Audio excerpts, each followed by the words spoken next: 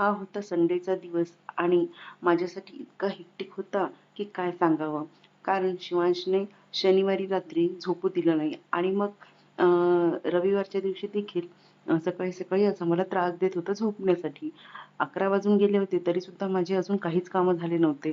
तुम्ही जर एखाद्या लहान बाळाची आई असाल आणि तुमच्यासोबत जर असं होत असेल तर नक्की सांगा.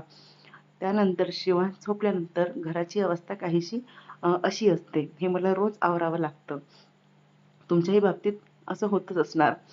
मग आवरायचं ठरवलं, पण खूप थकवा आल्यासारखं वाटत होतं झोपेमुळे. मग अद्रकचा गरमागरम चहा घेतला, त्यामुळे अंगात चांगली तरतरी येते. तसेच हा कुकर देखील आज त्रास देत होता. त्यानंतर मग साफसफाई करून, कामं आवरून भाजी तोडली आणि मग त्याचा काही फायदा झाला नाही. कारण शिवांश उठून आला होता तोपर्यंत आणि भाजी इकडे-तिकडे पसरली होती घराने पूर्ण. आणि मग सायंकाळची वेळ होती, शिवांसाठी आप्पे केले होते.